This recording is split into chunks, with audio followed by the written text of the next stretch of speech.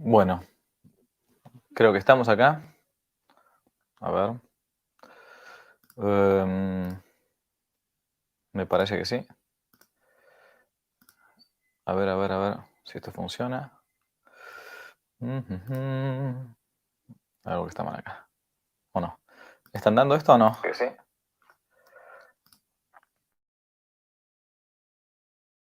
Eh, Buenas tardes a todos.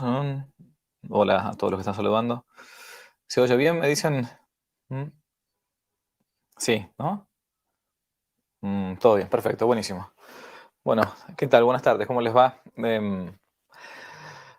A punto de hacer un viaje, así que siempre un poco a las corridas último momento. En unas horas más viajo para México, si Dios quiere, a unos 10 días de conferencias, así que después iré también, si Dios quiere, también a España. Me han invitado. Por lo dos, a veces la gente pregunta, padre, bueno, algunos me han preguntado, padre, ¿usted lo invitan para viajar? ¿Cómo? Y bueno, sí, me invitan. Tengo la gracia de tener un par de sacerdotes amigos que me ayudan en la capilla, en el colegio donde estoy, entonces dan las misas, las confesiones. Y esa es gracias a esa generosidad que uno puede también hacer esos viajes. Pero, ¿y cómo hacen para ir? Bueno, la gente me paga el pasaje, el ticket de avión. Entonces me estoy yendo ahora a México a hacer varias conferencias en distintos lugares. Son como creo que 10 lugares en total, comenzando, hoy es jueves, empezando el sábado en la Ciudad de México y después continuando así por varios lugares. Creo que el último lugar es Mérida. Y de ahí también me pagaron el ticket de avión por las dudas, porque la gente siempre después comenta, bueno, ¿y padre cómo hacen para viajar? Y bueno, yo la verdad que las donaciones que algunas personas pueden hacer, y se los agradezco siempre, son para contribuir, como siempre hemos dicho, de modo bien, así bien prolijo, a las misiones apostólicas de la Congregación San Elías, que formamos hace algunos años con el padre Federico Hayton, misionero, ha estado muchos años, tiempo misioneros en China, en Tíbet, y ahora se encuentra en África, en Malawi, África, y para formar futuros sacerdotes, porque si no hay sacerdotes no hay misiones tampoco desde el día de mañana, así que me invitaron a un viaje a España, a una peregrinación muy hermosa, llamada la Peregrinación de Nuestra Señora de la Cristiandad, que son 3 días caminando. En total son 100 kilómetros, durmiendo en tienda, en carpa, en bolsas de dormir, como sacos de dormir, decimos. 33 kilómetros cada día más o menos, y que tienen la particularidad que se hace esa peregrinación en base a la liturgia llamada, como se puede llamar, la misa latina o la misa tradicional, ¿no? Así que bueno, me invitó, también por las dudas, digo, me pagaron el ticket de avión para España, voy 4 o 5 días para allá, y después me vuelvo nuevamente a Argentina, porque acá en julio 2022 son las vacaciones de invierno, entonces tenemos 15 días de vacaciones, ¿ok? Bueno, nada, para contarles un poco más acerca de mi persona, que habitualmente no hago esas cosas, pero bueno. Entonces, hoy es 7 de julio del 2022, son las 20:05 de la noche. Voy a tener que apelar a un café, porque acá en Argentina, después de un día largo, necesito esto. Y me regalaron hace poquito esto, así que estoy contento, ¿no? Y por eso mantiene el calor, bastante calor, ¿no? Bueno, espero con muchas ansias ir por México, porque la verdad que es un país que quiero muchísimo. Y Dios mediante estaremos allá si todo sale bien. Así que vamos a comenzar con una oración, como debe ser. Y después voy a pasar a leer algunas de las preguntas. Son muchísimas preguntas que mandaron. Así que veremos algunas. Bueno, en el nombre del Padre, y del Hijo, y del Espíritu Santo. Amén. Señor Jesús, fuente de luz y sabiduría y principio de todo cuanto existes, dígnate infundir en las tinieblas de mi inteligencia un rayo de luz. Dame agudeza para entender, sutileza para interpretar, memoria para recordar, facilidad de palabra para expresar lo aprendido. Que todas mis acciones sirvan para glorificar al Padre en el Espíritu y aumentar mi amor para el bien de los demás. Te lo pido por medio de María, Madre tuya y mía. Amén. Sagrado Corazón de Jesús, en vos confío. Inmaculado Corazón de María, sé la salvación del alma mía. En nombre del Padre, y del Hijo y del Espíritu Santo. Amén. Bueno, muy bien. Esta vez no voy a publicar ninguna diapositiva, nada, es pura y secamente ir al grano, ¿no? Bueno, obviamente no puedo leer la cantidad gigantesca de preguntas que mandaron. Uno de los bárbaros, una de las bárbaras en este caso, me ha ayudado a hacer el filtro de las preguntas. Yo he intentado más o menos esquematizarlas en cuanto a los temas. Obviamente algunas se repetían, otras no se repetían. Eh, He respetado siempre el orden de llegada, el orden de prelación, quienes comenzaron, bueno. Y a su vez después también respeté la temática. Como dijimos, si alguno preguntaba alguna cosa que se iba a dar después, probablemente en las próximas clases, en las 20 clases restantes, si Dios quiere, dijimos que son 30 clases de catequesis para bárbaros y estamos recién en la número 10. Por lo tanto, que faltan todavía 20. Si algún tema iba a salir después o no tenía nada que ver, bueno, entonces la verdad que no. Si alguien me preguntaba, padre, ¿qué opina la iglesia de los ovnis? Bueno, no tiene nada que ver con el tema, así que no, la iglesia no por las dudas, digo, la iglesia no tiene una opinión fundada en base al depósito de la fe, la Sagrada Escritura, la Sagrada Tradición, sobre el tema de los ovnis, pero bueno, pero no es el tema, no es el tema. Bien, entonces, vamos a ir al grano.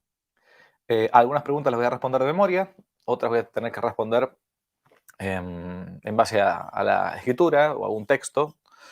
Otras voy a colocar en los comentarios. Acá sí, así que si hacen comentarios, les pido por favor que hagan comentarios lo mínimo indispensable, porque si no, aquella gente que quiere ver un link que voy a intentar dejar, lo va a perder. Así que bueno, eso. Bien, vamos a la primera pregunta entonces que han mandado, en orden incluso de llegada, como decimos. Preguntó, a veces tengo nombre, otros no, Carl, puede ser un nombre. ¿Es cierto que alguien importante dijo que el infierno no existe? ¿Es cierto que hubo un papa que dijo esto? ¿Qué le puedo contestar a la gente que me diga que el infierno no existe? Bueno, son tres preguntas en una, entonces hizo tres preguntas. Bien, ¿es cierto que alguien importante dijo que el infierno no existe? Bueno, seguramente hay teólogos heréticos, herejes, que plantean que el infierno no existe, ¿no? O sea, alejándose de lo que enseña la Santa Iglesia Católica, que es santa por su fundador y no por sus miembros, y que tiene miembros pecadores, y algunos miembros de estos son incluso herejes, ¿no? Que se quieren separar de la Iglesia por sus herejías, han planteado claramente que el infierno no existe. Y algunos no lo han dicho de modo así abierto, el infierno no existe, pero sí algunos con una sutileza teológica, como habitualmente suceden estas cosas, llegan a plantear que, por ejemplo, el infierno está vacío, ¿no? O una gota de la sangre de nuestro Señor, o una lágrima de la Santísima Virgen María, habría ya apagado por completo el infierno. Bueno, entre otros autores, con las cosas buenas y malas que puedan tener, si yo no me equivoco, von Balthasar planteó esto, pero no es de los peores. Hay otros que directamente plantean que abiertamente el infierno no existe. Bueno, autores importantes, sí, algún importante, sí. ¿Es cierto que hubo un papa que dijo esto? La verdad, si lo dijo, vamos a tocar el tema porque han preguntado muchas cosas sobre el tema del papa. Si lo dijo, no lo sé. Si algún papa capaz que dijo en su foro interno, creo que el infierno no existe, y la verdad que no lo sé, no lo sé. Ahora, que públicamente algún papa haya declarado, yo con mi autoridad de pontífice, etcétera, digo que el infierno no existe, o que está vacío, bueno, la verdad que claramente debo decir que no consta, ¿no? Así, que el infierno no existe, ¿no? ¿Y qué le puedo contestar a la gente que me diga que el infierno no existe? Y bueno, a ver, acá puedo citar de memoria rápido un librito muy cortito de la editorial Iction, llamado así El Infierno, y el autor es Monseñor de Segur, como seguro o segura, Monseñor de Segur. Se llama así El Infierno, El Infierno. Lo encuentran rápidamente en internet. Es un libro muy cortito, muy fácil de leer, con los textos de la escritura, con los textos de la vida de los santos y todo. Pero yo acá simplemente a esa persona que dice que el infierno no existe, le cito 1, 2, 3, 4, 5, 6. 6 textos de la escritura, nada más que para hablar de el Nuevo Testamento, para no meterme con el Antiguo Testamento, donde se plantea la existencia del infierno. Mateo 25, 41.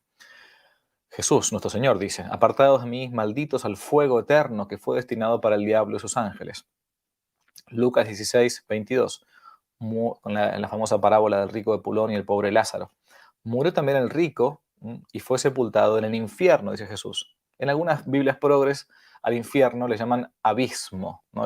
Que queda feo decir infierno, no sea cosa que uno se vaya a poner.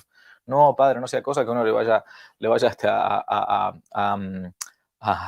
asustar a la gente. No me asuste a la gente, padre, no me asuste a la gente.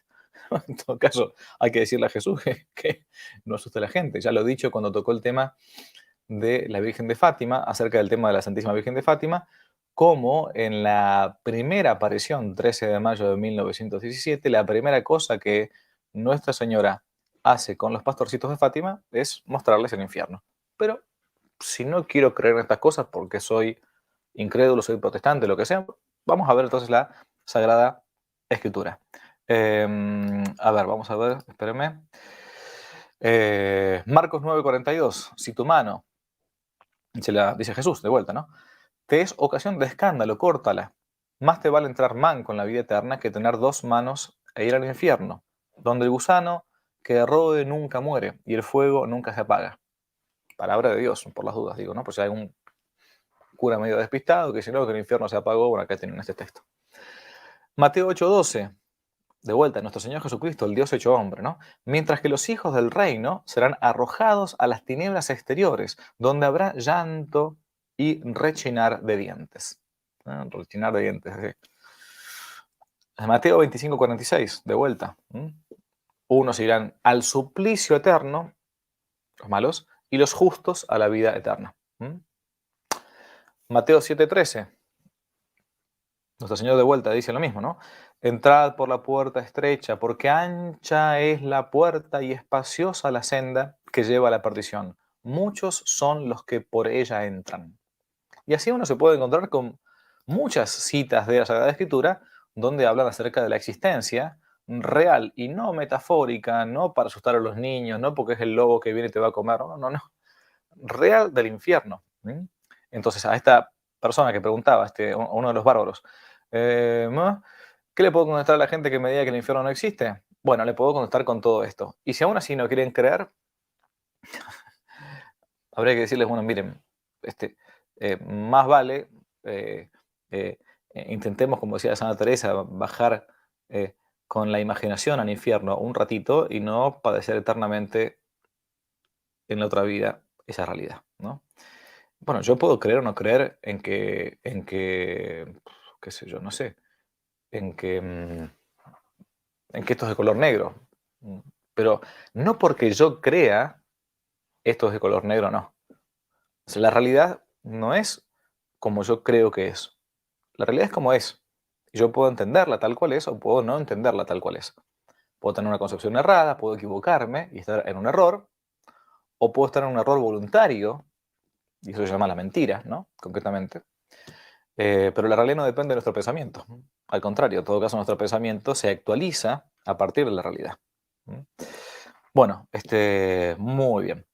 Chon, chon, chon. Vamos a ver otra pregunta. Me han preguntado qué otras Biblias, a ver, pues acá no puso el nombre, pero ¿qué otras Biblias católicas recomienda el Padre Javier, además de la de Monseñor Strobinger, que yo siempre le dije que para mí es la que yo uso? Em, Miren, en español, estamos hablando de lengua española, ¿no? La Sagrada Escritura que uno puede recomendar en lengua española, a veces, si no tiene mucha idea, yo siempre recomiendo la de Straubinger. Después, si es en lengua española, porque después cuando uno quiere hacer un estudio mucho más erudito, tiene que irse a, eh, perdón, por ejemplo, perdón, esto es una desprolijidad, pero estamos en una clase en vivo, perdón. Por ejemplo, si yo quisiera hacer un trabajo más erudito, trabajaría con este texto que es, ahora les digo lo en español, que es la lengua griega. Ustedes saben que si un protestante algún día les viene a dar vueltas con el tema, dice, bueno, miren, en todo caso vemos la lengua original. Yo he trabajado, ustedes pueden ver, por ejemplo, en mi Biblia, esta es la edición de Agustín Merck, ¿no? Es un jesuita, se llega a verse, bueno, no importa. está en latín y está en griego. Obviamente la lengua original del Nuevo Testamento al menos es el griego, la edición de Mark, ¿no? Y después tenemos el análisis filológico del Nuevo Testamento, griego y latín, que es el Cervic. Cuando uno tiene alguna duda así importante de filología, tiene que irse a las fuentes originales, ¿no? Hay más de una edición, por las dudas, del Nuevo Testamento en otras lenguas. Perdón, en lenguas originales, puntualmente el griego, o después si queremos la Vulgata, que es el latín que tradujo San Jerónimo. Ahora, si yo no manejo todo eso, porque no necesito tanto tecnicismo y tampoco hace falta, tengo que confiar en buenas Biblias. La de Stravingер es una porque tiene muy buenos comentarios muy, pero muy católicos. Y después, en la de Nácar Colunga, Nácar-Colunga, en español muy buena Biblia, también puede ser la edición de la Biblia de Navarra, la Biblia de Navarra, eso también puede ser una buena edición. A ver si encuentro alguna otra. Algunas me preguntaron,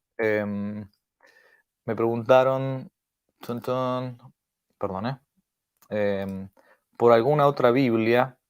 em, Puntualmente me preguntaban por la Biblia de Jerusalén, si no me equivoco. La Biblia de Jerusalén, ¿no? Bueno, la Biblia de Jerusalén tiene un tema por la cual yo no la recomiendo, porque es un texto que ha sido traducido por distintos autores, ¿no? Y algunos de estos autores son buenos y otros son claramente, por lo menos, que plantean errores en la fe, ¿no? Entonces, no es recomendable. Aparte porque no tiene notas con comentarios buenos, por eso no la recomiendo. Quizás una de las primeras ediciones españolas que yo no me acuerdo si fue por allá por la década del 70, la del 74, por ahí, no estoy citando de memoria, ¿no? La de Jerusalén, pero yo no la recomendaría. Recomendaría en este orden la de Stravingер, Nácar Colunga, la de Navarra en todo caso, y está por ahí nomás. Uno si no sabe mucho de este tema y no se acuerda y quiere decir, bueno, ¿cómo me doy cuenta si una Biblia es buena? No, miren, quizás una cosa que no falla es lo que yo hago siempre cuando agarro una Biblia, me voy a un texto del Antiguo Testamento, que es el libro del profeta Isaías, capítulo 7, versículo 14, Isaías 7, 14, pueden hacerlo en casa, y pueden buscar ustedes ahí el texto que habla acerca del Mesías, ¿no? Si el texto dice, he aquí que una virgen concebirá y dará a luz un hijo, le podrá por nombre Manuel, etc., entonces es una Biblia católica. Está buena. Si encuentran que dice, he aquí que una joven, que una niña, bien, ya, o sea, si no utiliza la traducción propia, que en griego, en la Biblia de los 70 es parcenos, que significa joven virgen, o sea, que no ha tenido contacto todavía con varón, entonces no es muy buena, ¿no? Entonces, bien, pero ¿qué recomiendo entonces fuera de la de Stravingер? Entonces la de Nácar Colunga y la de Navarra. Bien. Después, claramente que la Biblia latinoamericana, la Reina Valera no, la Reina Valera es re protestante, no, la Reina Valera no, no. Acá uno ponía de comentario la Reina Valera, no. Bien, la Reina Valera es una de las tantas Biblias protestantes, así que esa no la compren. Úsenla para si quieren, para hacer fuego, o qué sé yo, o para hacer un estudio erudito para refutarla, pero no es una Biblia católica. Bien, es una Biblia protestante, ¿no? Antigua. Bien, seguimos. Otra pregunta de un señor llamado Carlos. Si un alma ha sido condenada al infierno en el juicio particular, ¿qué sentido tendría esperar el juicio final para resucitar y volver al infierno donde ya estaba en el juicio particular? Bien, es una buena pregunta. Si una persona fue ya condenada en el juicio particular, me muero, Dios me juzga, después de mi juicio me da una sentencia, la sentencia me condena, y entonces me voy al infierno. Me voy al infierno para toda la eternidad, ¿no? Apartados de mí, malditos al fuego eterno, lo que acabamos recién de leer en la Sagrada Escritura. Entonces, La pregunta es qué sentido tiene que al final de los tiempos haya un juicio universal, de vuelta. Bueno, este tema no lo hemos visto por completo, vamos a verlo en alguna de las próximas clases, pero lo adelanto rápidamente porque algo ya habíamos dicho. En el juicio particular se nos juzga personalmente y de modo privado.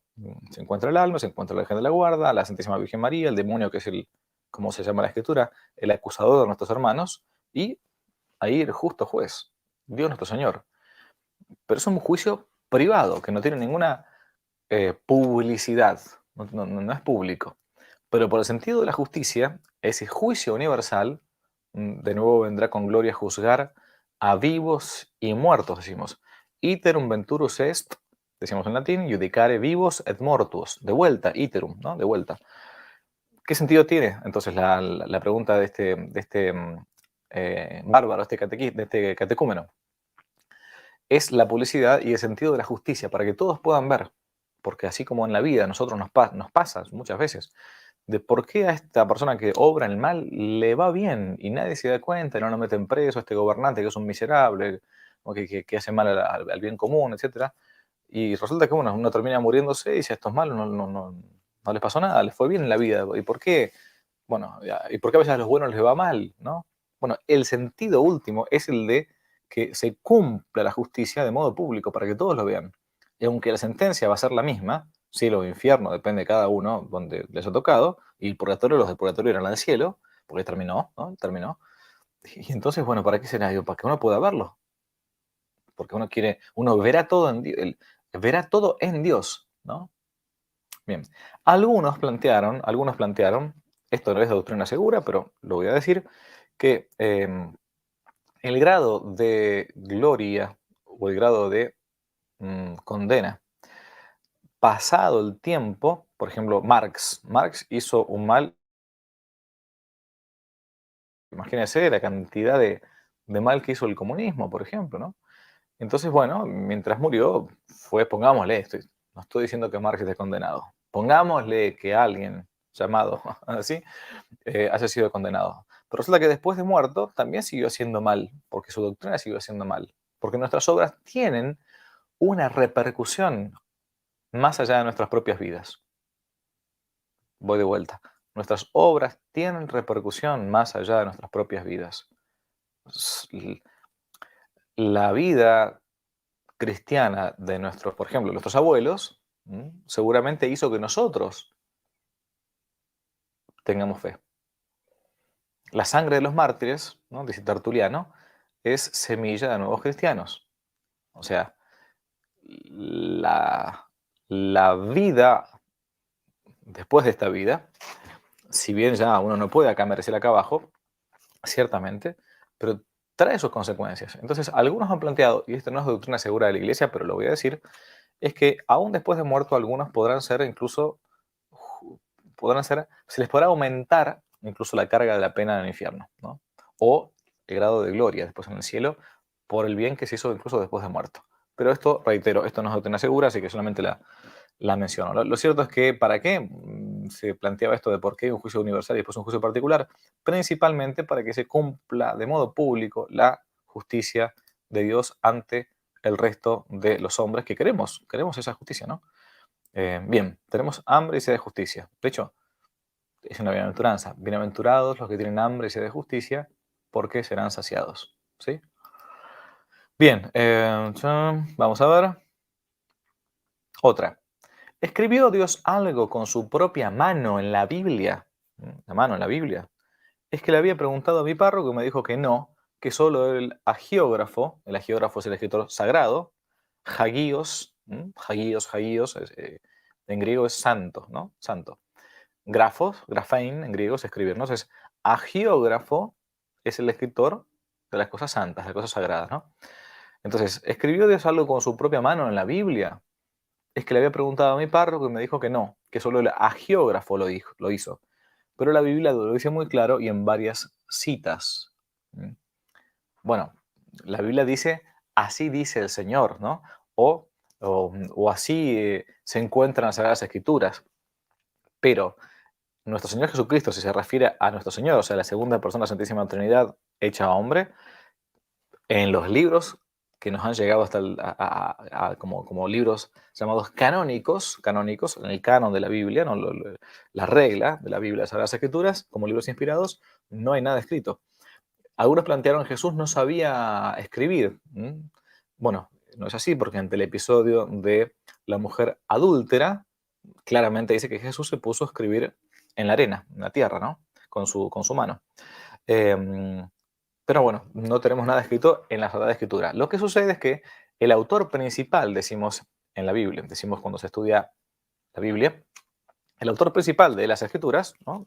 De la Sagrada Escritura, es Dios nuestro Señor. Es la causa principal, ¿no? Pero la causa instrumental, como un instrumento, es el escritor sagrado, San Mateo, San Lucas, San Juan, quien sea, ¿no? El profeta, quien sea. Entonces, el autor principal de la escritura sí es Dios, pero utiliza un instrumento con su modo propio de ser del instrumento. Uno escribe de un modo, otro escribe de otro modo, ¿no? Así como el martillo y el carpintero. ¿Quién martilla? ¿El carpintero o el martillo? Bueno, en realidad es el carpintero que está martillando por medio del instrumento que es el martillo, la causa instrumental, pero la causa principal es el carpintero, ¿no? Bien, entonces se puede decir que Dios escribió la Sagrada Escritura y estrictamente hablando no. Salvo que uno diga, bueno, escribió las tablas de la ley, como en el monte Sinaí, ¿no? Pero la escritura fue escrita por seres humanos, por personas, inspiradas por Dios, lo que se llama la inspiración bíblica. Escribieron, y por eso en la Biblia hay inerrancia, ¿no? ¿Qué significa inerrancia? Que no puede haber errores. Cuando uno no entiende bien cómo son pasajes, por eso es importante, siempre lo digo, que vayan a una buena Biblia con comentarios. No se hagan los protestantes. ¿Qué me dice el Espíritu? Aleluya, hermano. ¿Qué me dice el Espíritu? A ver, vamos a ver. Y a cada uno le dice cosas distintas, porque somos brutos muchas veces, no estudiamos, o porque no leemos la Escritura in medio ecclesia, en el medio de la iglesia, como se ha leído siempre, como se ha interpretado siempre. No la leemos a la luz de la tradición de la iglesia. ¿Ok? Bien. Perfecto. A ver, espero que se vaya entendiendo lo que estoy diciendo. Bien. A ver, vamos a otra pregunta. Espérame, necesito un poco de combustible. Dice otra. ¿Las iglesias protestantes imparten sacramentos? ¿Son válidos? Bueno, los sacramentos como tales, después de la separación, de la revolución, de la ruptura de Martín Lutero, algunos sacramentos los mantuvieron, ¿no? Siempre y cuando mantengan, por ejemplo, una fórmula de algunos de estos sacramentos. Por ejemplo, hay sacramentos, que yo sepa, en algunas sectas protestantes que son válidos, principalmente cuando hablamos de esto es respecto del bautismo, y que es el gran sacramento. Y ahora voy a explicar por qué el resto no. El bautismo, por ejemplo, cuando se hace con la fórmula, no, cuando debe ser hecho, como siempre se ha hecho, con la fórmula trinitaria, yo te bautizo en el nombre del Padre y del Hijo y del Espíritu Santo, entonces, y se hace con la intención de hacer lo que siempre se ha hecho en el cristianismo, entonces ese bautismo es válido, ¿no? Es válido. Por eso algunas sectas protestantes tienen como sacramento bautismo válido. Hacen que esa persona sea hija de Dios, ¿no? Sin embargo, otras sectas protestantes no tienen bautismo válido. ¿Por qué? Porque dicen, por ejemplo, yo te bautizo en el nombre de Dios. Yo te bautizo en el nombre de las tres divinas personas. Yo te bautizo en el nombre de la comunidad. O, por ejemplo, alguno que ha dicho alguna vez, nosotros te bautizamos como comunidad en el nombre del Padre, Hijo y Espíritu Santo. No. Tiene que tener la fórmula exacta que siempre se usaba en la iglesia. ¿Y por qué? Porque viene de tradición apostólica de los apóstoles. Yo te bautizo en el nombre del Padre y del Hijo y del Espíritu Santo. Entonces, si alguna denominación protestante o secta protestante, o como quieran llamarle, tiene este bautismo de este modo, entonces ese bautismo es válido. Ahora, muchas han dejado de lado esto. Respecto del resto de los sacramentos, por ejemplo, la comunión. ¿Vale la comunión? Y no vale la comunión. ¿Por qué? Porque ya muchos se han desgajado de la sucesión apostólica. ¿Qué significa? Significa esto de los apóstoles. Algunos ya no tienen ni siquiera obispos propios, ¿no?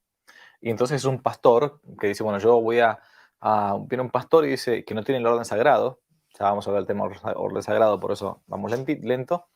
Viene un pastor de una denominación protestante cualquiera y dice, vamos a hacer la parafernalia de que vamos a consagrar el cuerpo de Cristo. Entonces agarramos un pan y con mucha fuerza, con mucha fe, aleluya, hermano, mucha fe.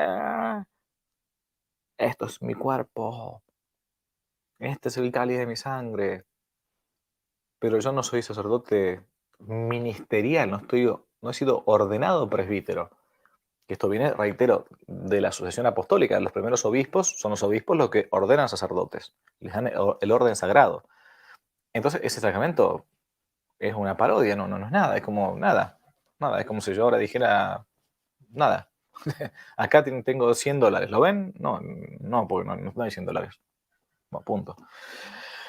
Entonces, algunas iglesias protestantes imparten sacramentos válidos. Otras iglesias protestantes no imparten sacramentos válidos. Principalmente el punto está siempre en el tema del bautismo, acuérdense. Bien, del cual después dependen todos los sacramentos, obviamente, si no, no hay bautismo. Ok. Bien, espérenme. Un tal Alejandro, otro, dice, padre, soy recién convertido católico. Bueno, bienvenido a la iglesia católica, la única verdadera. Sé que no tengo segura la salvación, pero sé que estoy en la verdadera iglesia. Mi pregunta es, toda mi familia es protestante evangélica. Son muy conocedores de la Biblia. Por supuesto, dice, su interpretación de la Biblia. Pregunto, ¿viven en riesgo de la salvación? Bueno, a ver, la pregunta es muy importante porque acá hay que distinguir a aquella gente que se encuentra en una ignorancia vencible, o sea, que se puede vencer, y otros que se encuentran en una ignorancia que es invencible. Esto es muy común en la moral católica, ¿no? Hay gente que se encuentra cometiendo un pecado, ¿no? O alejado de la verdad, sin ningún tipo de culpa propia, y a esto se le llama ignorancia invencible. O sea, bueno, la verdad que a mí nadie me explicó, yo no sabía cómo era. Y otros que se encuentran en una ignorancia llamada vencible, o sea, que fácilmente pueden salir si hacen un pequeño esfuerzo. Hay otros que no entró en el tema, pero otros que se encuentran en una ignorancia afectada. ¿Qué significa ignorancia afectada? Que yo estoy en la ignorancia, pero no quiero salir de esa ignorancia. Como cuando uno le dicen, bueno, tal cosa, no deberías hacerlo porque esto. No me cuentes nada, no quiero ni saberlo. No me lo cuentes porque si alguien me lo cuenta, voy a empezar a pecar conscientemente. Eso se llama la ignorancia afectada. O sea, he puesto mis afectos en mi ignorancia. No quiero salir de mi error, ¿no? Bueno, entonces, a la pregunta en concreto. La pregunta es, aquella gente que se encuentra en una iglesia protestante, ¿no? ¿Corre riesgo su salvación? Bueno, acá hay que distinguir entonces. Si es gente que se le ha predicado la verdad, que ha comprendido la predicación de la verdad y no quiere cambiar, yo he conocido gente así, ¿eh? Es muy triste, pero es verdad. No quiere, es más, lo he escuchado incluso decir en la propia cara. No quiere cambiar porque no le conviene. Ahora me estoy acordando de un pastor protestante en el medio del Himalaya, ¿no? Hace algunos años, que estábamos en aquel momento, yo estaba acompañando en el Tíbet al padre Federico Hayton, y él había logrado una conversación, un acercamiento, y este hombre, pastor protestante, había comprendido que se encontraba en una secta herética, ¿m? Y había entendido claramente. Entonces nos fuimos a ver un día, una mañana, para conversar, y la idea era que él se convirtiera al catolicismo y junto con él toda la secta, de que eran protestantes en el medio del Himalaya. Y este hombre, algo que yo nunca había visto hasta el momento, salvo en los libros, lo dijo con todas las letras. Si yo me convierto al catolicismo, pierdo todos los beneficios que tengo, me quedo sin trabajo, sin dinero, sin algunas amistades, sin influencias. Por lo tanto, yo no puedo convertirme. Bueno, ese hombre se encontraba en una ignorancia vencible. De hecho, esa ignorancia fue vencida por la verdad. pero no quería cambiar. ¿Corre riesgo su salvación? Y claramente que sí. Uno puede decir que ese hombre se condenó, seguramente debe seguir viviendo porque no era muy grande. Esperemos que se haya cambiado de parecer, o que se haya arrepentido, pero, pero claramente que sí. Ahora hay otros que no tienen modo de conocer. Hay protestantes que nadie nunca les ha predicado la verdad católica. Entonces muchos se encuentran en una ignorancia invencible. Y como decimos siempre en la iglesia, que el octavo sacramento es la ignorancia, probablemente algunos de muy buena fe puedan llegar a salvarse por la misericordia pura de Dios, porque no había otra, porque siguieron de buena fe todo eso, ¿no? Bien, entonces, la ignorancia vencible y la ignorancia invencible.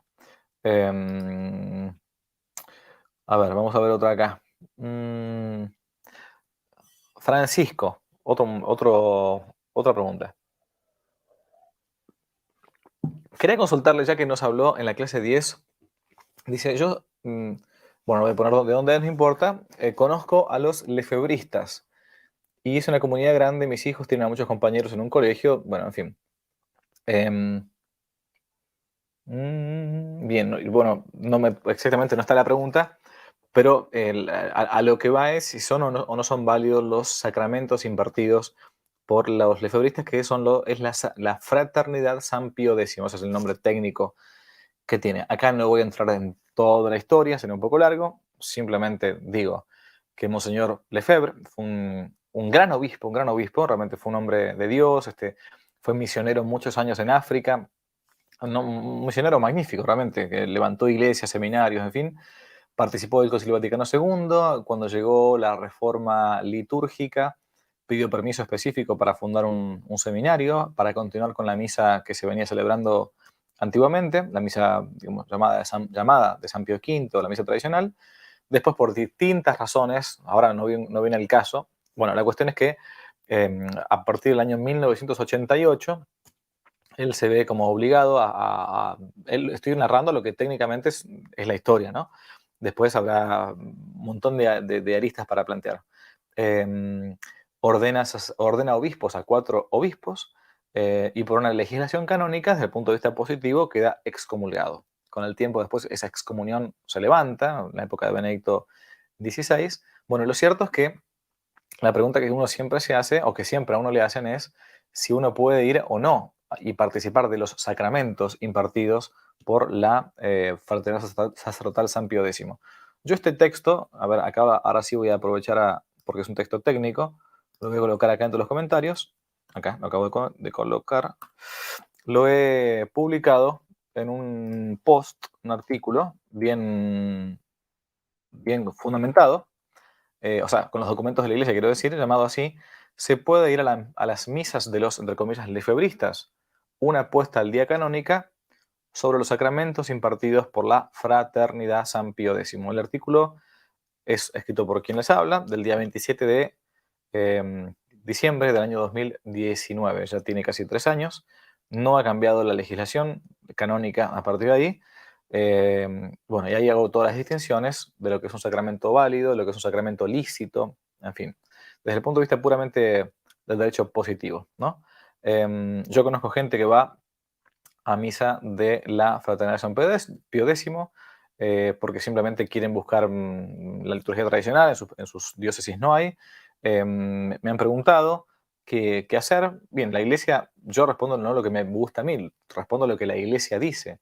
La iglesia ha dicho desde el punto de vista oficial que se puede participar de estas misas, siempre y cuando uno no vaya con una actitud o una mentalidad de querer de separarse de la iglesia, de querer estar en contra del Papa. Muchas veces se los acusa de cosas que ni se saben, o de calumnias, por ejemplo, que todos los lefebristas no creen en el Papa Benedicto, Francisco, Juan Pablo II, quien sea. Es mentira, eso es una mentira, o al menos es una falsedad. Nunca, nunca dijeron, nunca son lo que se llaman sedevacantistas, diciendo que la sede está vacante. No, no, no. Siempre han seguido a los papas de turno. Gusto o no, los critiquen o no, pero en fin. Lo que entonces la iglesia plantea es que si uno va a ir a esas misas, no no se quede en una mentalidad o no se cree en él una mentalidad cismática o de separación o incluso más, o una especie de quererse los únicos salvadores de la iglesia. Bueno, en fin, eso es lo que uno puede plantear. Es decir, lo que yo digo siempre, a algunos les gustará, a otros no les gustará, lo lamento, pero los laicos tienen que usar a los curas. Usen a los curas. La única cosa distinta que un cura hace respecto a un laico son 7 cosas. Los 7 sacramentos. Uno, si quiere hacer uso de los sacramentos y la iglesia lo permite, pues adelante, perfecto, ¿qué problema hay? Ningún problema, ¿no? A alguno le gustará más, a otro le gustará menos, problema de ellos, ¿no? Bien, sigo nomás, el tema sobre este tema hay mucha tela para cortar, lo que recién me preguntaron, pero bueno, la verdad que no me puedo extender demasiado acá, si no, no, habría que ser una cosa aparte. Cha. ¿Por qué si Dios lo sabe todo, sabe quién se va a salvar y condenar? O sea, ¿por qué? Coma, perdón. Si Dios lo sabe todo, estoy poniendo comas, ¿no? Sabe quién se va a salvar y quién se va a condenar, ¿por qué Dios nos creó? ¿Para qué nos creó si ya sabe, ¿no? Eso. Que Dios sea omnisciente, ¿qué significa? Que Dios lo conozca todo, como decíamos en el catecismo cuando éramos chicos, ¿no? Dios todo lo sabe, sí, Dios todo lo sabe aún nuestros pensamientos, ¿no? Que Dios sepa todo, que Dios sea omnisciente, no significa que porque todo lo sepa, todo lo quiera, ¿no? ¿Qué quiero decir con esto? Que Dios nunca puede querer el mal moral de alguien, porque iría contra su propio bien, sería contradictorio consigo mismo. Dios nos crea ¿para qué? Para que nos salvemos. Esta es la voluntad de Dios, dice el Evangelio de San Juan. Vuestra santificación, la propia santificación. Ahora, ¿qué sucede? Que muchos de los hombres no quieren salvarse. Que Dios nos haya creado para que nos salvemos no significa que Dios, y que después pongámosle que nos condenamos por nuestro propio mal uso de la libertad, no significa que Dios quiera que uno se condene. ¿Mm?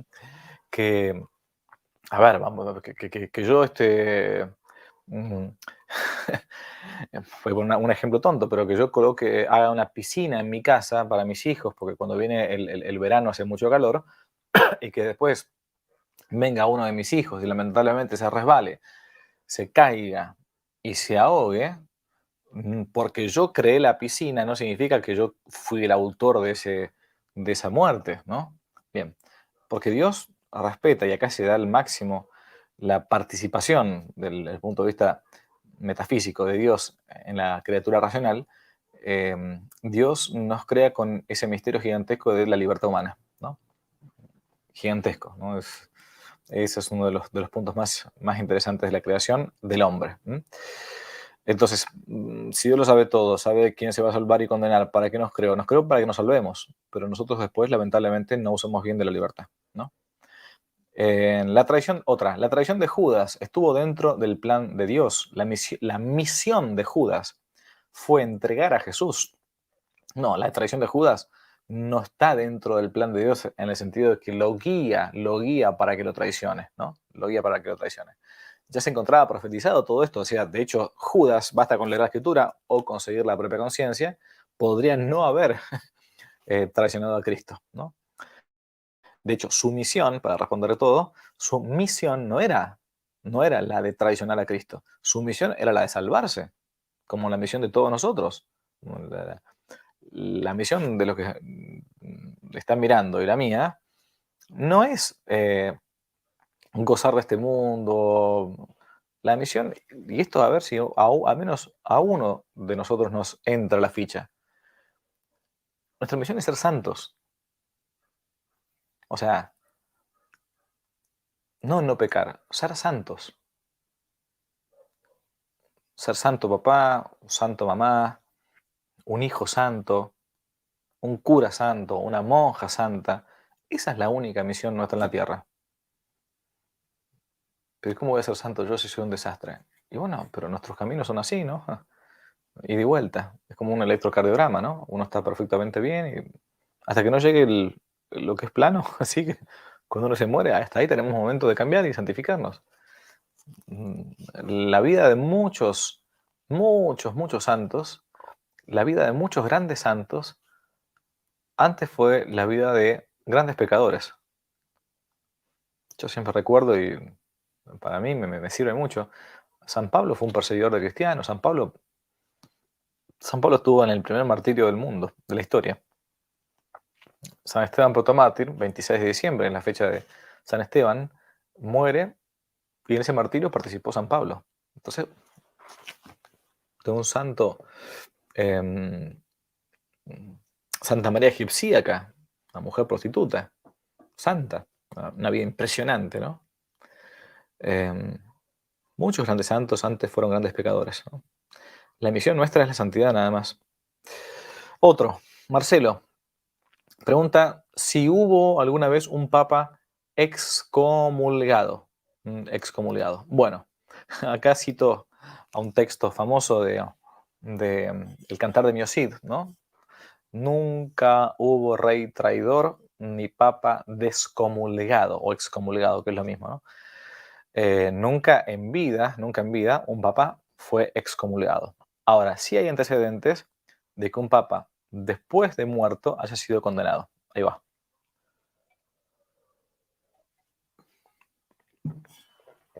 En la historia de la Iglesia hay un periodo de la historia llamado los siglos de hierro, o el periodo de hierro de la historia. No porque haya sido un periodo, como se entiende ahora, de hierro como que gobernaba la Iglesia con mano de hierro, no, no. Fue un periodo de los más desastrosos de la Iglesia, no solamente mm, por los pastores que hubo, por los papas que hubo, sino también por lo que sufrió la Iglesia y lo que sufrió Occidente.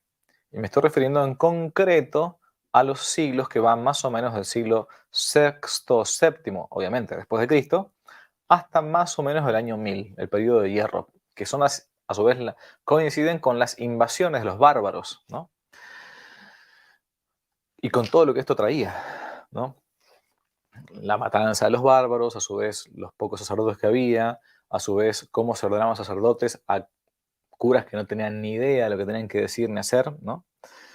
Bueno, y de esta época más o menos es un papa, o un papa que después fue depuesto con el tiempo, año 897, que fue el famoso caso del papa Formoso, Formoso, con F, Formoso, ¿no? Año 897, obviamente después de Cristo, que después de haber asumido el papado y estar un tiempo muy cortito en el papado, fue tan pero tan desastroso y a su vez fue discutido su sucesión, digamos, en el papado, que una vez que muere convoca un concilio que se lo conoce en la historia como el concilio cadavérico, ¿m? Porque se juzga, van a encontrar alguna que otra imagen un poco macabra en el, en internet, se juzga a un papa después de muerto, ¿no? Y se lo quita del número de entre los papas, ¿no? El famoso caso del papa, o antipapa, si quieren llamarle así, Formoso, ¿no? La condena post-mortem. Ahora, en vida no hubo nunca todavía hasta el día de hoy ningún papa excomulgado, ¿no? Y esta razón es sencilla, y es que el Papa a todos juzga mientras está en vida, pero no puede ser juzgado por nadie. ¿M? Salvo que sus propios pares, que son los cardenales de la Iglesia Católica, que visten de color rojo para mostrar que están dispuestos a dar la vida directamente por Cristo, ¿m?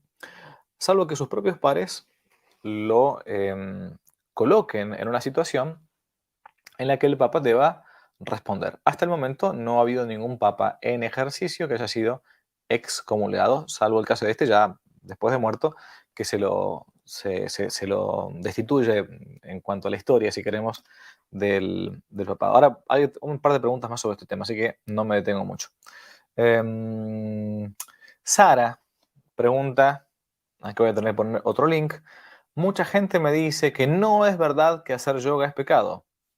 ¿Me puede dar usted los fundamentos para responderle si es pecado o no? Bueno, miren, acá les voy a publicar un comentario de un video que en su momento eh, que en su momento publicó el padre Federico Hayton en este canal, de que no te la cuenten, sobre el tema del yoga. Este cura que recién nombré estuvo viviendo en el Tíbet varios años, entonces, bueno, conoce el tema y ha escrito un libro muy grande que fue en su momento bestseller en Amazon sobre el budismo, ¿no? El budismo tibetano. Acá resumo, no es el ámbito mío de estudio, no soy especialista, estoy respondiendo lo que he leído o he escuchado siempre. Em, que el yoga, por más que uno diga, no, pero yo lo voy a hacer simplemente de modo físico, no voy a meterme en las meditaciones, en los tantras que tienen, o en los, qué sé yo, en lo que vaya a ser, qué cosa sea, no me va a entrar, bueno, al menos de los estudiosos del yoga, por más que uno diga, yo no me quiero meter, los mismos ejercicios, el mismo, el mismo intento de buscar una especie de meditación en el nirvana, en la nada, en solamente escuchar la respiración, por más que tenga cosas buenas desde el punto de vista físico, lo que yo humildemente he leído de gente que realmente sabe del tema es que es muy, pero muy, pero muy peligroso, ¿no? Uno dice, bueno, lo hago solamente como una gimnasia. Bueno, a ver, hay muchísimas otras gimnasias en Occidente, en 2000 años de historia, y más atrás todavía, que no hace falta que sea yoga. Lo que pasa es que el yoga va llevando a mucha gente, y si ustedes se dan cuenta, después a la práctica de una especie de, aunque no sea budismo desde el punto de vista religioso, de una especie de relativismo light. Porque el budismo, al final de cuentas, es un tremendo relativismo, un tremendo relativismo, una especie de dictadura del relativismo. Y muchos católicos que por intentar buscar una especie de meditación, que inicialmente comienzan con eso, con la mejor buena voluntad, terminan mal. Bueno, yo acá no me extiendo demasiado, les dejo este videito que hizo el padre Federico. Hay mucho más de él sobre el tema del yoga y hay muchos otros textos muy buenos, pero no me quiero detener mucho, nos volvemos locos. Esta pregunta está muy buena. Ahí va, ¿eh? Espérenme. Dice, eh, mm, bueno, yo expliqué la Biblia, el tema de Génesis, Adán y Eva, ¿no? Entonces la pregunta que le hicieron más de una vez acá en esta serie de preguntas, ¿cómo puede ser que si Adán y Eva tuvieron un par de hijos, después poblaron el mundo entero, ¿no? Otro preguntaban también, ¿cómo puede ser que se nombran en Génesis a tres hijos, dos o tres hijos de Adán y Eva, varones, es que se haya poblado el mundo? Bueno, la primera cosa que hay que decir es que el Génesis no es un libro estrictamente de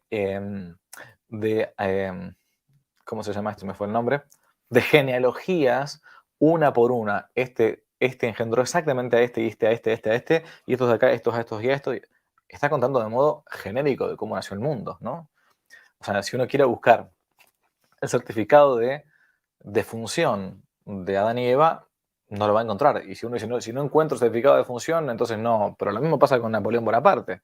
Si yo no veo el cadáver y no hago el ADN de Napoleón, entonces no creo que exista. Bueno, entonces el Génesis va mostrando, incluso hasta por etapas, cómo fue la creación del mundo. Y a la pregunta, por lo tanto, no va narrando uno por uno, hijos e hijas, la cantidad de hijos e hijas que Adán y Eva tuvieron.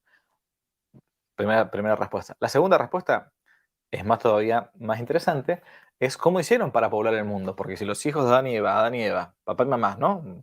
Tuvieron hijos, ¿cómo hicieron para poblar el mundo estos hijos de acá? Bueno, bien.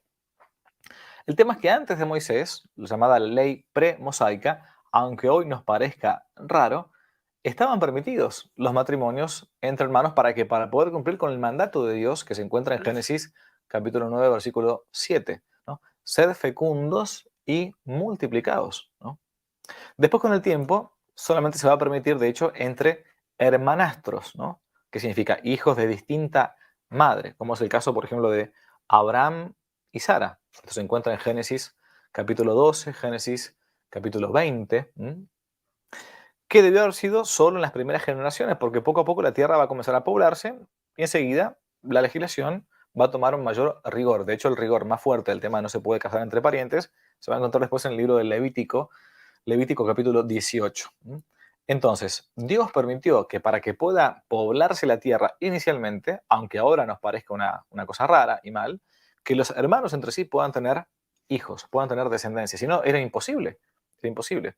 Y de ese modo, Adán y Eva, y el pecado original, sus hijos transmiten el pecado original a sus hijos, no a la persona, sino a la naturaleza. Es el pecado de la naturaleza humana.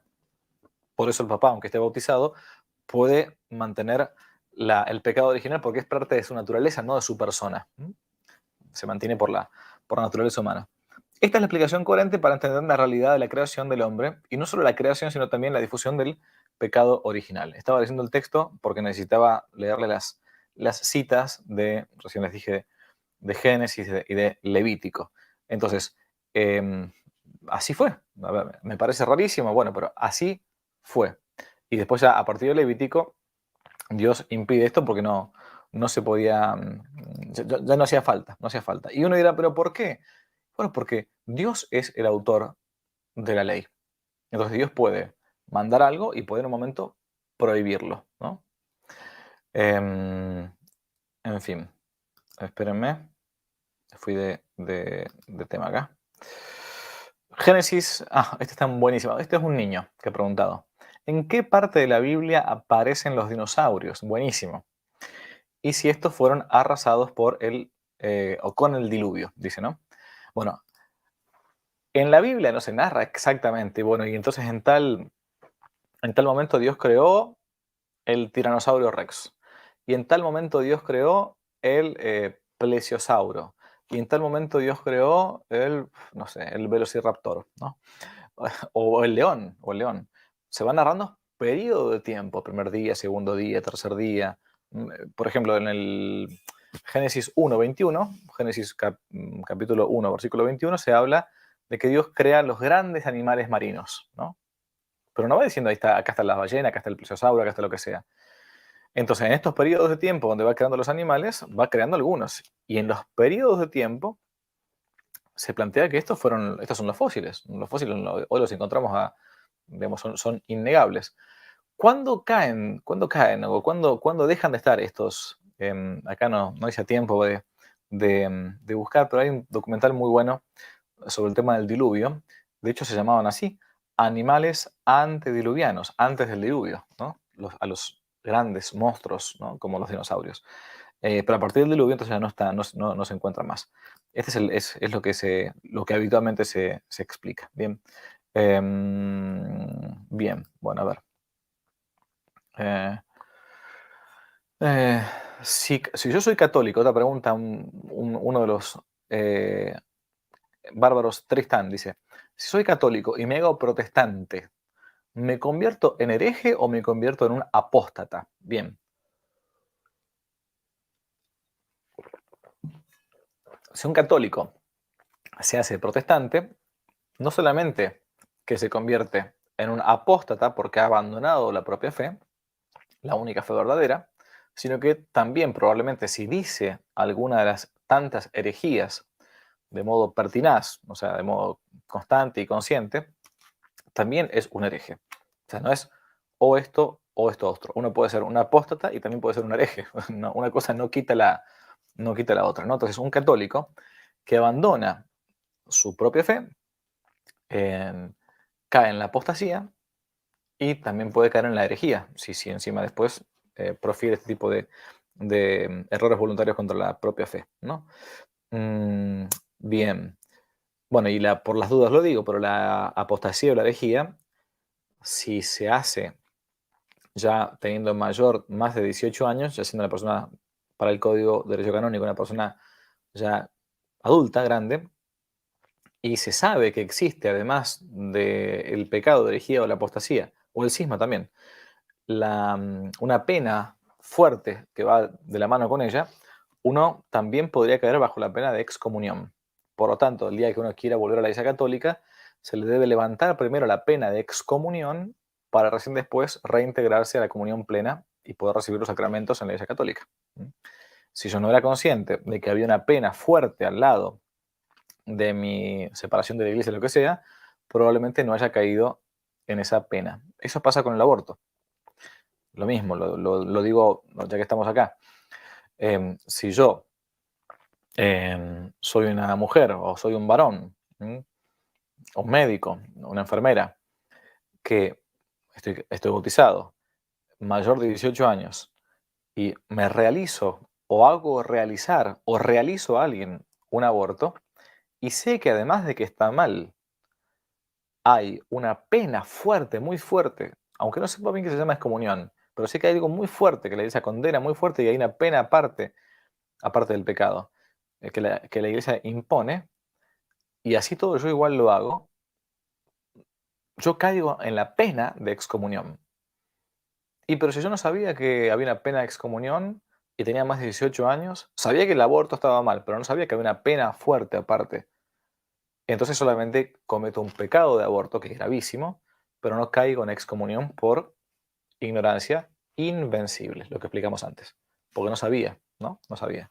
Pero en algunos casos, gente que sabe que está mal, sabe que hay una pena, es más, algunos saben que hay excomunión, y así todo lo hacen, si caen en ese triple requisito, si son mayores de 18 años, etcétera, entonces caen en excomunión y para poder em, volver al seno de la iglesia, hace falta que se levante esa pena, que es un trámite canónico.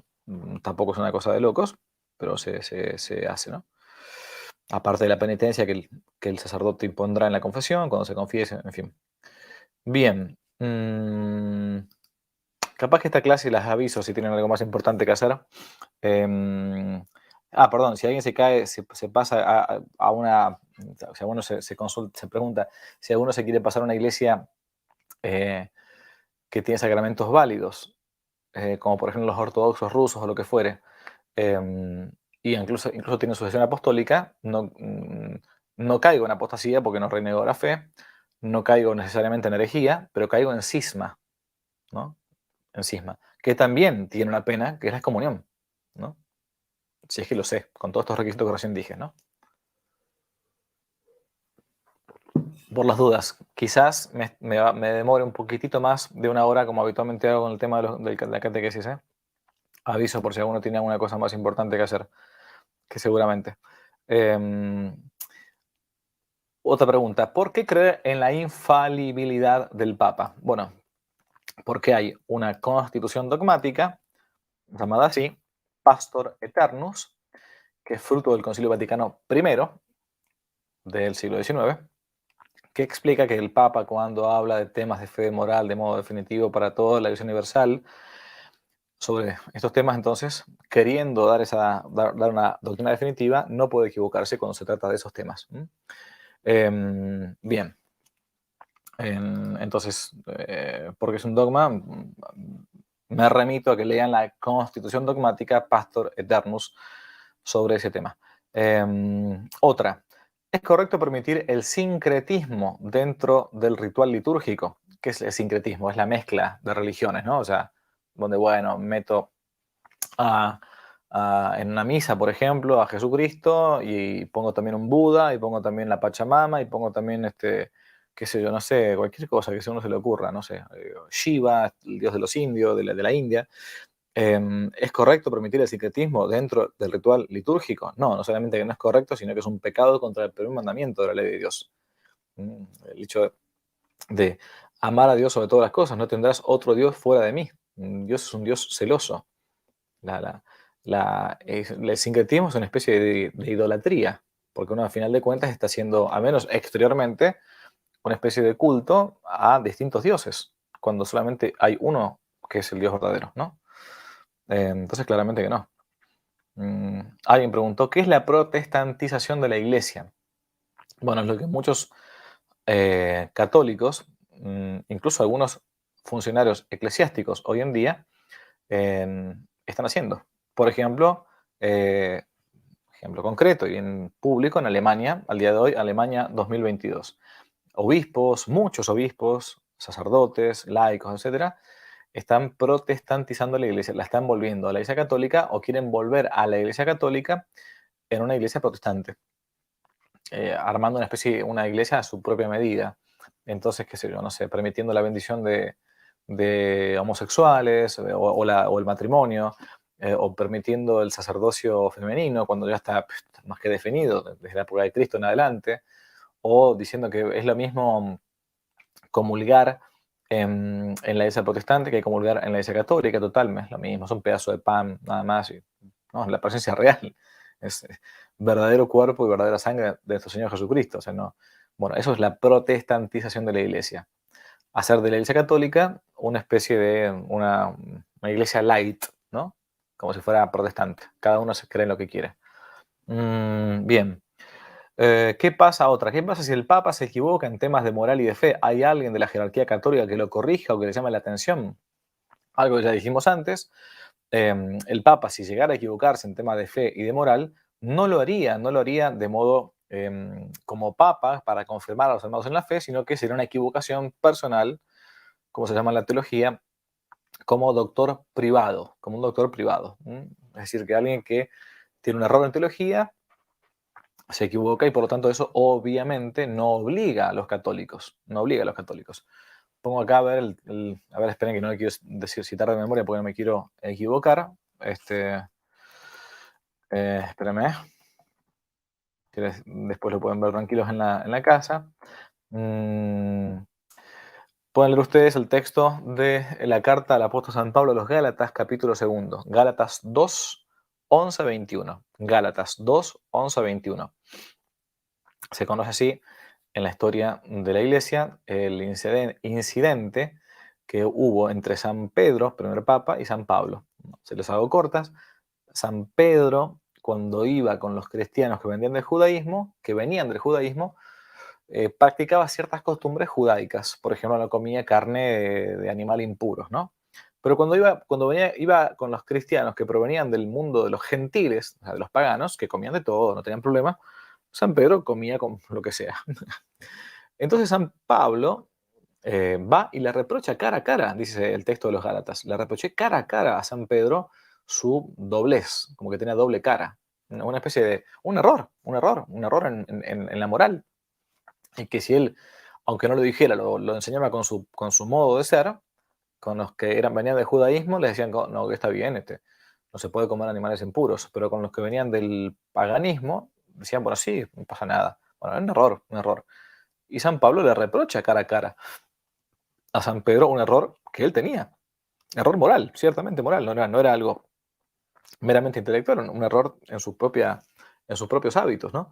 Entonces, bueno, si un papá se llega a equivocar, seguramente puede pasar, no es infalible todo el tiempo, o sea, siempre uno repite lo mismo, pero tan erróneo es pensar que cuando el Papa habla de fe y de moral, de modo definitivo para toda la Iglesia universal, queriendo declarar una verdad, ¿no? De estos dos temas, tan erróneo es pensar que cuando se dan todos estos ingredientes se equivoca, como pensar que cuando el Papa habla de cualquier cosa, ¿no? Incluso como doctor privado, no se equivoca.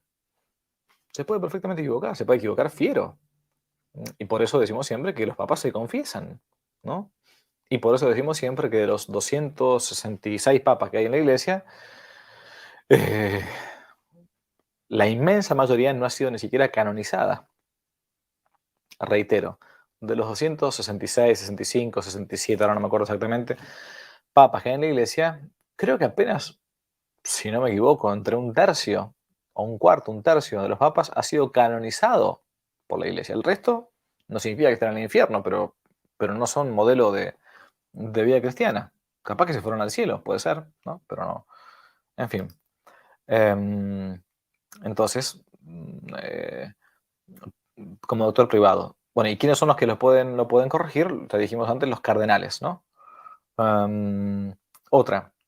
Aunque no se llegue a actuar, ¿se está pecando con el solo hecho de pensar o el pensar en algo malo? Eh, ¿Cómo se puede poner freno a los malos pensamientos? Bueno, la pregunta entonces es, yo no llegué a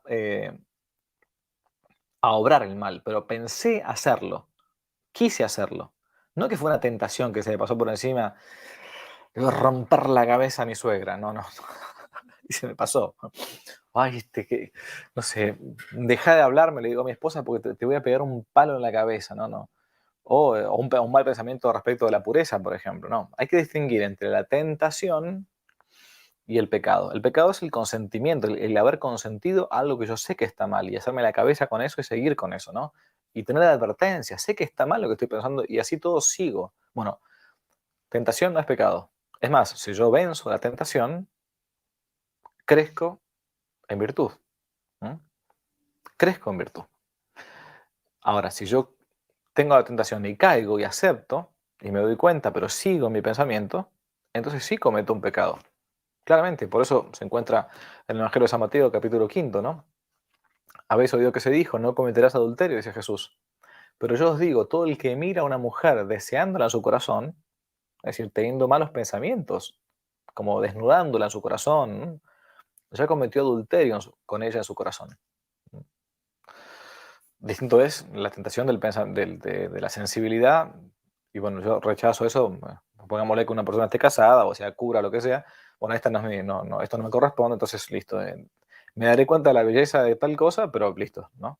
Y así con cualquier pecado, la ira, la envidia, la lujuria, la gula, los pecados capitales, ¿no? No hace falta pasar al acto, ¿no? Basta con que uno lo tenga en su pensamiento, porque muchas veces hay pecados que nosotros no cometemos porque no podemos cometerlo. Pero si pudiésemos, lo cometeríamos. Entonces, bueno, por eso uno se acusa muchas veces de haber tenido malos pensamientos en distintos ámbitos de la vida virtuosa, ¿no? Bien, otra. A ver, espérenme. Quiero ver si ustedes me están siguiendo y se está escuchando. Ya que estamos, a ver, para no caer en apostasía, cisma o herejía, pónganle acá, no sean amarretes, ¿no? A donde hay una manito abajo, pónganle un coso así. ¿Por qué? Porque es un modo en que después YouTube te recomienda estos videos, ¿no? Perdónenme lo casero de esto, pero abajo de todo hay una mano así, entonces coloquen y después compartan este video si les parece bien, porque hay muchos capaz que les puede llegar a servir. Entonces, bien, perfecto. Eso, los likes, gente, como decía ahí una de las que está siguiendo. No, porque le digo, no, el padre quiere esto por una cuestión de monetización. No, bueno, aparte, no sé si se han enterado, pausa porque si no el cerebro explota, que cuando llega a cierta cantidad de seguidores, un canal de YouTube como este que tiene, no sé, 230.000 seguidores, no sé cuánto, YouTube te va poniendo publicidad aunque uno ya no la quiera. Y después tampoco sé si ustedes saben que, esto es increíble, pero que YouTube recomienda siempre los videos que están monetizados antes que los videos que no están monetizados. ¿Por qué? Porque como a YouTube le interesa ganar dinero, obviamente te recomienda videos que están monetizados porque también ellos van a sacar su dinero. Entonces por eso es bueno que uno aproveche a suscribirse al canal, a darle like, a todo lo que le dicen, toda esta cantinela que siempre hacen los youtubers. Yo odio esa expresión, pero sobre todo cuando me la dicen a mí. Pero bueno, realmente sirve porque si uno quiere utilizar estas plataformas para hacer una obra de apostolado, estas cosas sirven. Bueno, ahí me dieron bolilla y subieron las manitos para arriba. Perfecto, gracias. Bien, como siempre digo, yo honestamente vivo con muy poco, no me hace falta, pero lo que se recauda o de internet o de las donaciones que ustedes puedan hacer en Patreon y todo, que les agradezco, aprovecho a agradecer a muchos de ustedes.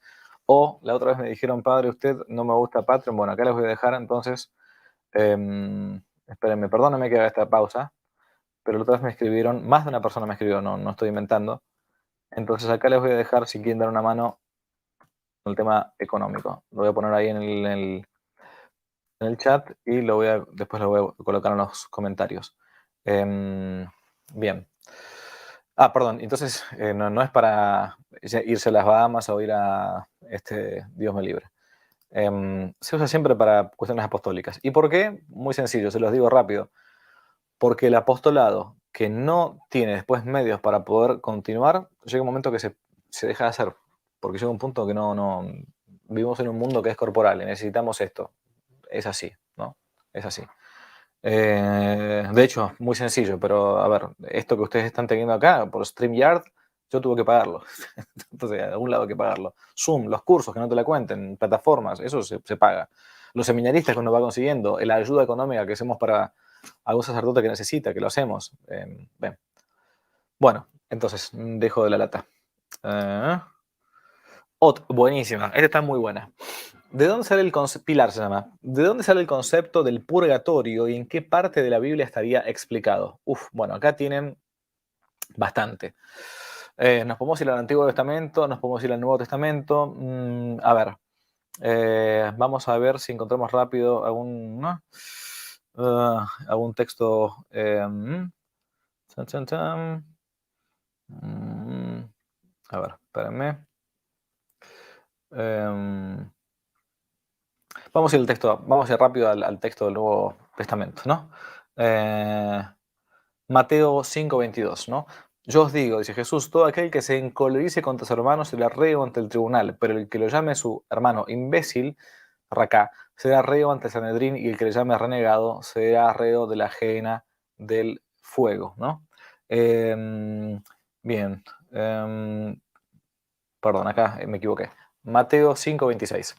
Dice Jesús, yo os aseguro, no saldrás de allí hasta que no hayas pagado el último céntimo, ¿no? Aquel que se le había perdonado una deuda, que después viene otro y no le perdona la deuda, entonces lo agarran al cogote, ¿no? Bueno, en fin. Ok, después, bueno, hay varios textos acá, yo ahora... em, Apocalipsis 21:27, nada profano, dice el texto, nada profano entrará en la vida eterna, ni los que cometen abominación y mentira, sino solamente los inscriptos en el libro de la vida del Cordero, ¿no? Y uno tiene que tener, está la famosa parábola de los invitados al banquete y el traje de boda, que si tienen el traje sucio no pueden entrar. Bueno, en el Catecismo de la Iglesia Católica se van a encontrar con textos de la Escritura acerca del purgatorio. Así que más bien me remito ahí porque no quiero demorarme demasiado. Otra de un niño. Buenísima. ¿Cómo explicar a un niño que al comer el cuerpo o la sangre de Cristo, no hay que tomarlo, dice acá, textualmente? Bueno, acá hay que hacer una distinción. No somos caníbales, ¿no? ¿Por qué habría que comer la carne de alguien, ¿no? Incluso dice esta persona, creo que es una mamá, los adultos tenemos confusiones en este aspecto en algunas ocasiones, ¿no? Bueno, vamos a ver el tema este cuando veamos el tema de la Eucaristía, de la comunión. Solamente decir esto, que nuestro Señor Jesucristo, en la última cena, cuando instituye el sacramento de la Eucaristía, se queda en nosotros, no en especie propia, decimos en el catecismo, en la teología, sino en especie ajena, ¿no? ¿Qué es la especie, species en latín, ¿no? Podemos decirlo de modo genérico, las apariencias de pan y de vino, ¿no? En el milagro de la transustanciación, del cambio de sustancia, no hay que hablar de transformación, no es la forma, sino la sustancia misma la que cambia, el ser mismo de eso es lo que cambia. En el milagro de la transustanciación, cambia la sustancia, deja de ser pan, deja de ser vino, para transustanciarse, para cambiar la sustancia al cuerpo y sangre de nuestro Señor Jesucristo. El mismo ser divino está habitando ahí, en el Santísimo Sacramento. Y en todo cambio sustancial, en todo cambio de sustancia, bueno, acá no tengo, pero qué sé yo, no sé. Si yo agarro esto, ¿no? Y lo quemo, ¿sí? Quemo esta sustancia, quemo este papel, cambia la sustancia, se convierte en cenizas, y también cambian los accidentes, las cualidades. Ya esto no va a ser de color blanco, va a ser de color gris, negruzco, ¿no? Bien, en todo cambio sustancial, cambia la sustancia y también cambian los accidentes, ¿no? Cambian los accidentes. Cuando yo me como un asado, me como un taco, me como un ceviche, lo que sea, eso ya en mi estómago se disgrega y ya deja de ser la sustancia de ceviche, de taco, lo que sea, y se convierte ya en mi propio cuerpo, en mis propias proteínas o lo que fuera, ¿no? Cambia la sustancia y cambian los accidentes. En la transustanciación, en el cambio por las palabras de Cristo, porque Él lo dijo y porque le creemos a Él que es Dios, ¿no? Aquellos que hagan esto en conmemoración mía, en memoria mía, dice Jesús, ¿no?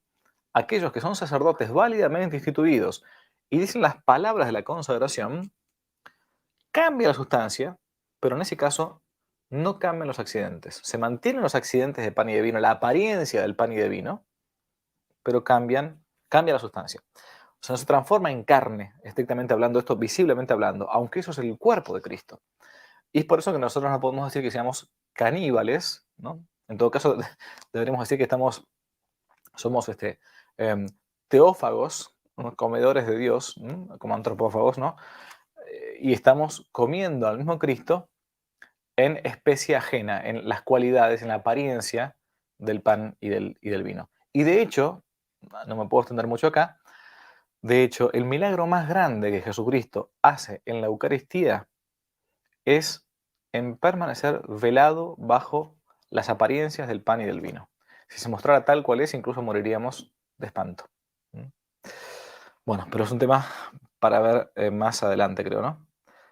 Bien, espero que no estoy a estar aburriendo con esto, pero hay preguntas muy interesantes y yo me estoy yendo de viaje y quería responderlas.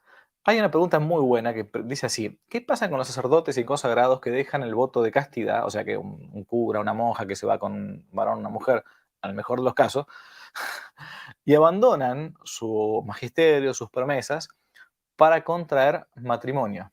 ¿Mm? ¿Están en adulterio? Bueno, estrictamente hablando, no es adulterio.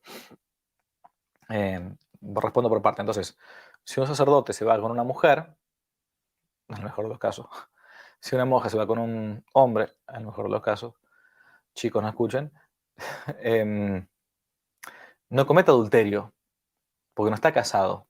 No está casado con una mujer o con un varón. No tiene el adulterio es el pecado contra el sacramento del matrimonio, ¿no?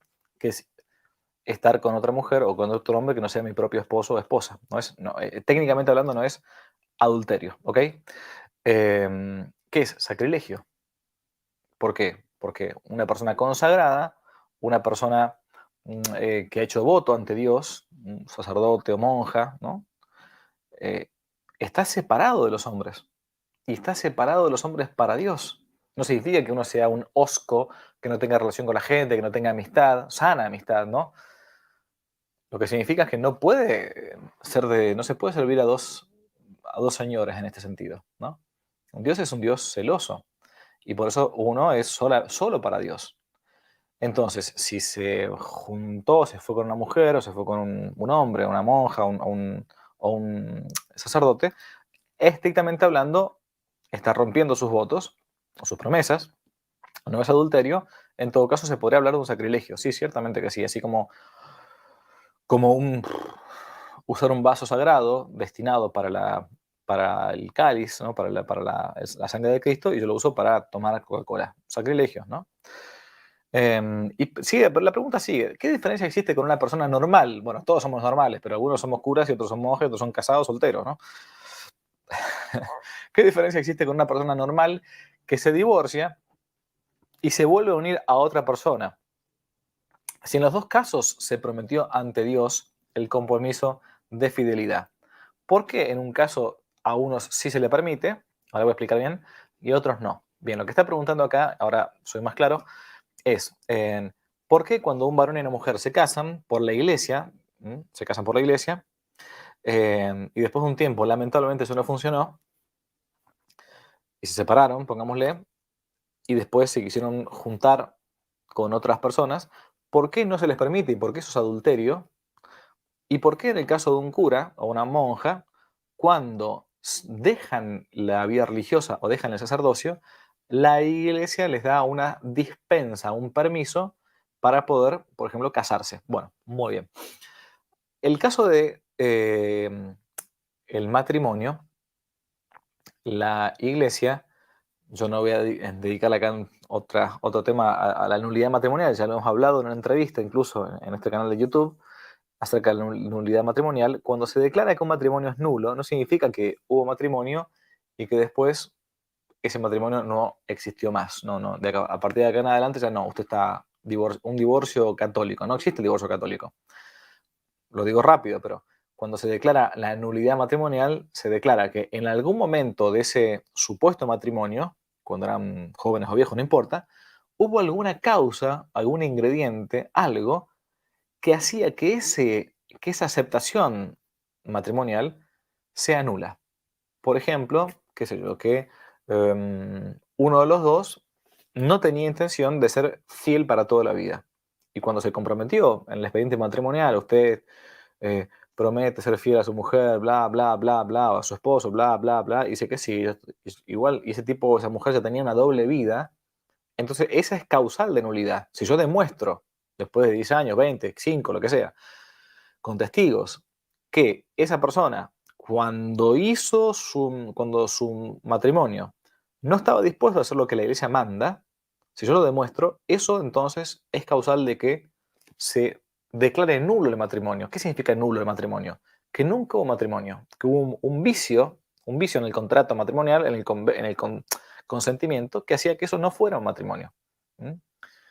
Otra, ahora voy a lo de los curas o las monjas. Em, Esto es típico, típico, ¿eh? Por eso yo siempre digo que no caso a nadie que no conozca, porque no me quiero hacer partícipe de un fraude o de una parodia. En los expedientes matrimoniales se les pregunta siempre a los novios si están dispuestos a ser generosos en la comunicación de la vida. Y es más, se les pregunta si están dispuestos a no utilizar aquellos medios o métodos artificiales contrarios a la natalidad. Por ejemplo, DIU, anticonceptivo, preservativo, píldora el día después, el día antes, el día siguiente, los 3 meses, lo que sea. Y en todo caso, atenerse a los ritmos naturales de la mujer, como se expresa perfectamente en la famosa encíclica Humanae Vitae de Pablo VI. Y la gente responde como si fuera un formulario de, no sé, qué sé yo, de estos digitales. Sí, todo que sí, pum, pum, pum, pum. Si uno de los dos o los dos no está dispuesto a eso, y no estaba dispuesto a eso ya desde el momento del matrimonio, y pasan los años, y después se demuestra con testigos o con lo que fuera, que hubo una falla en el consentimiento, es decir, porque estaban mintiendo. Entonces se puede declarar por medio de un juicio canónico la nulidad matrimonial. Y entonces ahí uno queda libre de poder, porque nunca estuvo casado, eso es lo que dice la iglesia. Fue una parodia de matrimonio. Bien, ahora voy a la pregunta. Bueno, y otra gente no, otra gente que sí, que se casó y que no hay ninguna nulidad y que bueno, se separaron y tendrán que vivir castamente y una cruz y podrán comulgar y confesarse porque no están viviendo con otra pareja. Entonces, es una cruz, un testimonio a veces para los hijos. Mira, mamá, papá, no funcionó la cosa, están casados ante Dios y todos, pero bueno, siguen siendo casados ante Dios, pero vivir juntos no podemos, lamentablemente. Entonces tendré que abrazar la cruz de mi castidad, tendré que abrazar la cruz de mi soledad muchas veces. Es así, que muchas veces es un gran testimonio para los hijos. Bien, vamos ahora cura monja. ¿Por qué entonces preguntaba acá Fernando? Al cura o la monja se le permite. Bueno, lo que sucede es que cuando una monja hace votos, votos solemnes, votos definitivos, esos votos pueden ser levantados por la iglesia, porque no son un sacramento estrictamente hablando. Pueden ser levantados y por lo tanto se le levantan los votos para que esa, entonces ahora ex religiosa, pueda vivir su vida laical. Con el sacerdote pasa algo análogo, algo parecido. El sacerdote cuando está por recibir su ordenación diaconal antes del sacerdocio, la ordenación diaconal en vistas a la ordenación sacerdotal, hace su promesa de castidad, ¿m? Que la iglesia plantea que no es intrínseca al orden sagrado, ¿no? Y por lo tanto, cuando este sacerdote deja su ministerio y se va, por ejemplo, con una mujer, ¿qué es lo que hace la iglesia? Después de pasado un tiempo, que este hombre no quiere volver, capaz que fue una tentación, fue un pecado, lo que fuera, pero después finalmente dije, no, fue una locura, tuvo que hacer penitencia y volver. Bueno, pongámosle que no quiere volver de ningún modo, y pide lo que se llama la reducción al estado laical. La iglesia, como no es intrínseco el celibato al orden sagrado, se plantea en la iglesia, no es como el caso de adulterio con el matrimonio, le levanta la promesa de castidad y lo reduce, se llama así, lo arrincona, lo reduce al mero estado laical. ¿Sigue siendo sacerdote? Sí, sacerdote para siempre, pero nunca más puede ejercer el ministerio, salvo en peligro de muerte de una persona por el bien de las almas. le levanta esa promesa de castidad y por lo tanto esa persona puede entonces casarse por la iglesia y poder comenzar una vida de gracia. ¿Por qué? Porque el orden sagrado no está íntimamente ligado con el celibato sacerdotal. Esto es un tema discutido, bueno, yo acá no entro en tema, pero lo cierto que entonces es eso. En pos de Salma, la iglesia le permite, le levanta la promesa de celibato, entonces ese sacerdote reducido a estado laical que nunca más va a poder ejercer el ministerio, puede acceder al sacramento del matrimonio. Bien. Espérenme. Bueno, acá había otras parecidas. El bautismo que realizan. Perdón. ¿El bautismo que realizan los protestantes es válido? Bien, ya este último lo hablamos. Mm, este. Otra, Marta pregunta, no me quedó claro lo de qué es ex cátedra. En latín significa desde la cátedra.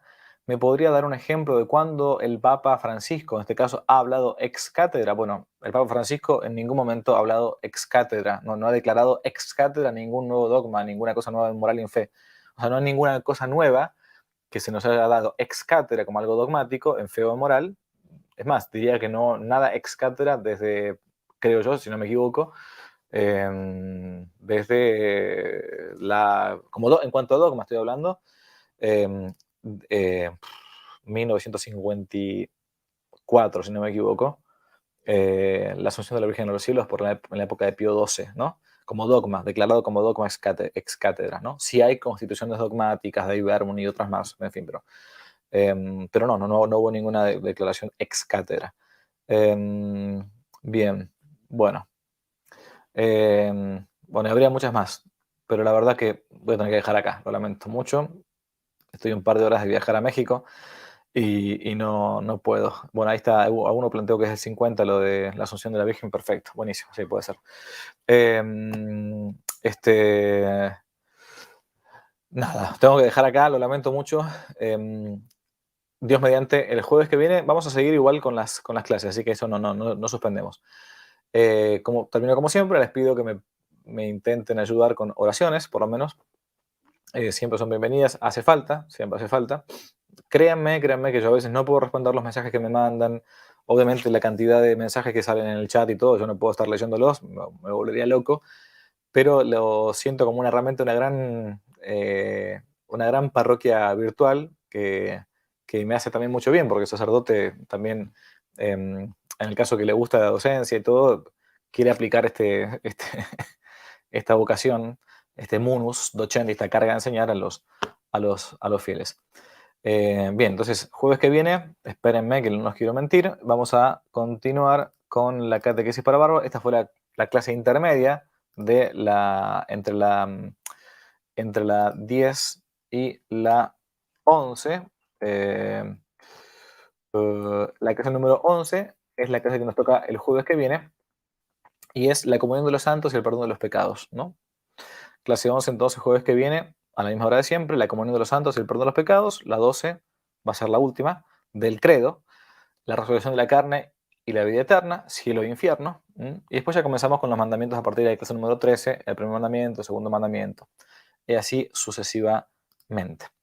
Para terminar, les voy a dar la bendición. Entonces, el que no se suscribió al canal, hágalo, es una buena forma de ayudar. Denle like, compartan el video, como todo lo que dijimos antes. Damos gracias y yo en un par de horas me voy ya, Dios mediante, a México. Les pido oraciones por el viaje. En el nombre del Padre, y del Hijo y del Espíritu Santo. Amén. Te damos gracias, omnipotente Dios, por todos los beneficios que hemos recibido de tu generosidad. A ti que vives y reinas por los siglos de los siglos. Amén. El Señor esté con vosotros y con tu espíritu. Os bendiga Dios Todopoderoso, el Padre, el Hijo y el Espíritu Santo. Amén. Que se porten bien. Dios los bendiga mucho, que no te la cuenten. Y si Dios quiere, nos vemos el jueves que viene en la próxima clase de catequesis para bárbaros. Saludos a todos. Chao, chao. Si les gustó el video, aparte de suscribirse, activar la campanita y comentar, en la descripción de este video se van a encontrar con el link de la plataforma Patreon, un modo concreto de apoyar este apostolado que intenta hacer una contrarrevolución cultural y espiritual. Dios les bendiga y que no te la cuenten.